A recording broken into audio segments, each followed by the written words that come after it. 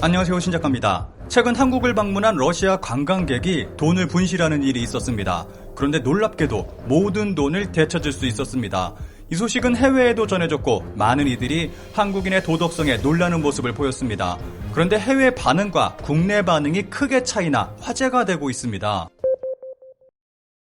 중국에서 영화 슬럼덩크가 사상 최악의 도찰 피해, 중국에서도 크게 흥행하고 있는 슬럼덩크가 무단 촬영으로 논란이 되고 있습니다. 예전 중국에서는 캠코더로 스크린을 촬영해 DVD로 판매했다면 지금은 스마트폰 카메라로 영화를 촬영하고 있습니다. 중국의 SNS에는 수많은 슬램덩크 영상이 올라오고 있습니다.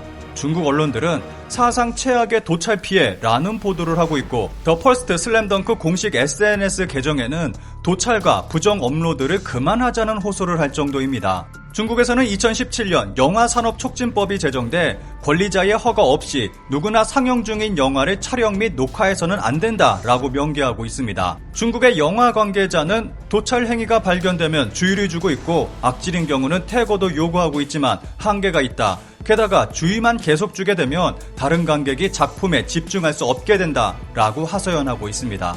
관련 기사에 달린 일본 네티즌들의 반응을 짧게 살펴보겠습니다. 내가 중국에 있었을 때 영화도 음악 라이브에도 가끔 갔어요. 극장에서 촬영은 굉장히 흔합니다. 최신 작품이 DVD로 100엔 정도에 팔리기도 합니다. 관대함에도 정도가 있다. 없는 게 없는 나라입니다. 학생 때 남자들의 야마토를 보러 가려고 친구 몇 명과 함께 나왔는데 오사카의 모 영화관 반대편에 노점이 있었고, 그곳에서 최신 영화 DVD를 판매 중이었는데 남자들의 야마토를 팔고 있는 것에 놀랐습니다. 이런 슬램덩크의 인기는 일본 현지에서도 이어지고 있습니다.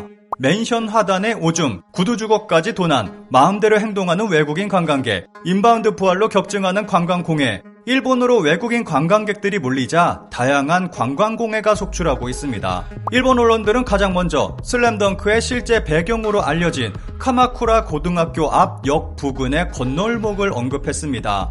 코로나 사태가 풀리고 슬럼덩크 애니메이션까지 인기를 끌자 건널목 앞은 관광객들로 북적이기 시작했습니다. 언론에서는 전동차가 건널목을 통과할 때 사진을 찍기 위해 무턱대고 차도를 가로질러 돌진하는 외국인 관광객이 많다. 건널목 앞에 멈춰서 있는 차를 에워싸고 사진 찍어야 하니 빨리 비켜라 라며 창문을 두드리는 장면도 볼 수 있다 라고 전했습니다.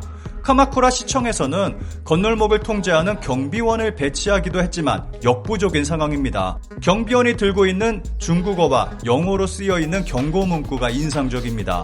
해당 관광지 인근 아파트에 산다는 한 여성은 언론과의 인터뷰에서 한국이나 중국인이 많은 것 같은데 그들의 무례함 때문에 골치가 아프다면서 페트병이나 음식물 쓰레기를 아무데나 버리는 것은 물론이고 아파트 단지 화단에 소변을 보기도 한다. 아파트 관리인도 포기한 것 같다 라고 주장했고, 이어서 중국인으로 보이는 관광객들은 한밤중에 큰 소리로 고함을 지르며 싸우기도 했다 라는 말을 하기도 했습니다. 일본에서는 외국인 관광객이 호텔에 비품을 가져가 골머리를 썩고 있다는 보도도 나오고 있습니다. 한 호텔의 지배인은 호텔 오리지널 샴푸, 바디소프 등이 사라지는 일이 빈번하다고 말합니다. 병은 그대로인데 안에 내용물만 빈 용기에 넣어가는 일도 있다고 합니다. 심지어는 타올, 드라이어, 유카타, TV 리모컨까지 가지고 간다고 합니다. 이전에는 공중 목욕탕에 화장수, 바디크림 등을 비치했지만 지금은 아무것도 두지 않고 있습니다. 어느 호텔 관계자는 가장 황당한 도난품으로 TV를 꼽고 있습니다. 방 안에 TV를 떼서 상자 안에 넣어 가져가다가 적발됐다고 합니다. 이런 일 때문인지 해외에서는 보증금을 받거나 체크아웃 시 방안을 확인 후 체크아웃을 마무리하는 호텔도 있습니다. 관련 기사에 달린 일본 네티즌들의 반응을 짧게 살펴보겠습니다. 이런 일들은 코로나 전에도 많이 들었던 것 같다. 해외분들이 일본을 좋아해서 많이 찾아주는 것은 경제적인 것뿐만 아니라 기쁜 일이지만 여행객의 도덕성, 이것은 일본인에게도 해당된다. 어떻게든 하지 않으면 안 된다고 생각한다. 손님은 신이다. 손님에게는 거역할 수 없다. 불만을 말할 수 없다. 생각을 바꾸지 않으면 안 된다고 생각한다.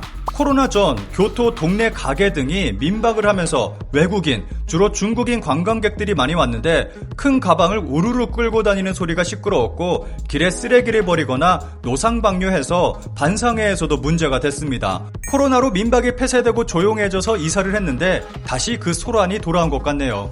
코로나 전 정부는 인바운드를 연간 6천만 명까지 늘리는 목표를 세웠는데 지금도 그 목표일까요? 그렇다면 본격적으로 인바운드 대책을 생각하지 않으면 일상생활에도 지장을 초래할 수 있습니다. 일본에서는 관광공해를 이야기하고 있을 때 한국에서는 훈훈한 소식이 전해졌습니다. 그런데 해외와 한국 국내의 반응이 엇갈려 화제가 되고 있습니다. 보시는 영상은 어느 러시아 관광객이 파출소에서 분실한 돈을 찾고 안도감에 주저앉는 모습입니다. 12일 서울경찰 공식 페이스북에는 여행 와서 지갑을 잃어버린 한 관광객 K 양심을 맛보고 감동하셨다는데요 라는 내용의 영상이 올라왔습니다. 서울 중구 서소문 파출소에 외국인 여성 2명이 찾아왔고 서툰 영어로 지갑을 잃어버렸다고 말했습니다.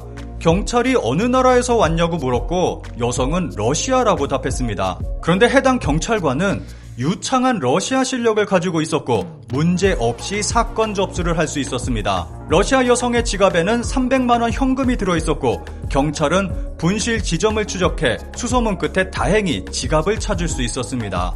파출소에 대기하며 상황을 전달받은 여성은 안도감에 다리가 풀려 주저앉는 모습을 보여줬습니다. 이 관광객은 오래전부터 한국 여행을 꿈꿨다. 만약 지갑 때문에 여행을 중단해야 했다면 속상했을 거다. 찾아주신 경찰관님께 너무 감사드린다 라고 인사를 전했다고 합니다. 이 영상을 본 외국인들은 300만 원이나 하는 지갑을 찾았다며 놀라워하는 반면 한국인의 반응은 남다릅니다. 한국에서는 왜 파출소에 러시아어가 능숙한 경찰관이 있는 거야? 라는 반응이 나오고 있습니다. 한국에서 큰돈 지갑 잃어버린 러시아인, 그 뒤의 일에 감동, 한국 인터넷, 이것이 K양심. 이 소식은 일본에도 전해졌습니다. 마지막으로 한국 네티즌과 일본 네티즌의 반응을 살펴보겠습니다. 아니 하필 경찰관이 러시아어 잘하는 상황 자체가 찾아보니 외사특채라고 외국어 특기 전형이 있나 보구먼. 지갑 찾는 거 당연함.